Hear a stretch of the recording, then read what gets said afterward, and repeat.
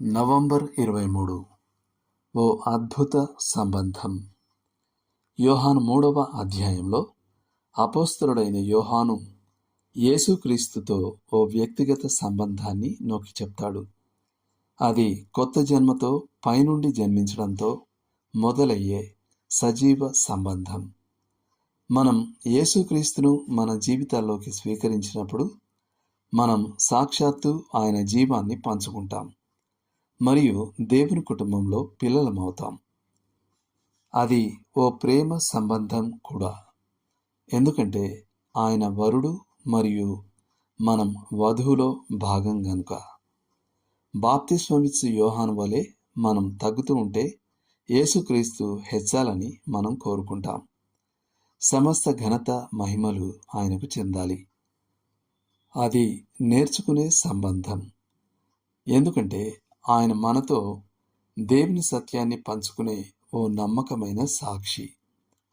ఆయన వాక్కును అందుకోవడం, దానిని ధ్యానించడం మరియు దాన్ని మన జీవితాల్లో ఓ భాగంగా చేసుకోవడం ఎంత సంతోషమో. కానీ మనం ఈ ఆశీర్వాదాలకైన ఖరీదు ఎప్పుడూ మర్చిపోకూడదు. మనం దేవుని కుటుంబంలో జన్మించడానికి యేసుక్రీస్తు మరణించాల్సి వచ్చింది. మనం ఈ రక్షణ అనే ప్రేమ సంబంధంలో ప్రవేశించడానికి ఆయన మనుషుల ద్వేషాన్ని, శిక్షా విధిని సహించాల్సి వచ్చింది. మనం క్షమాపణ మరియు నిత్య జీవాన్ని అనుభవించడానికి ఆయన సిలువలో పైకెత్తబడాల్సి వచ్చింది. దీన్ని మనమెప్పుడూ ఓ మామూలు విషయంగా చూడకుందుము గాక. నేటి వచనం: ఆయన హెచ్చవలసి ఉన్నది, నేను తగ్గవలసి ఉన్నది. యోహాను 3:30. మరికొన్ని లేఖనాలు.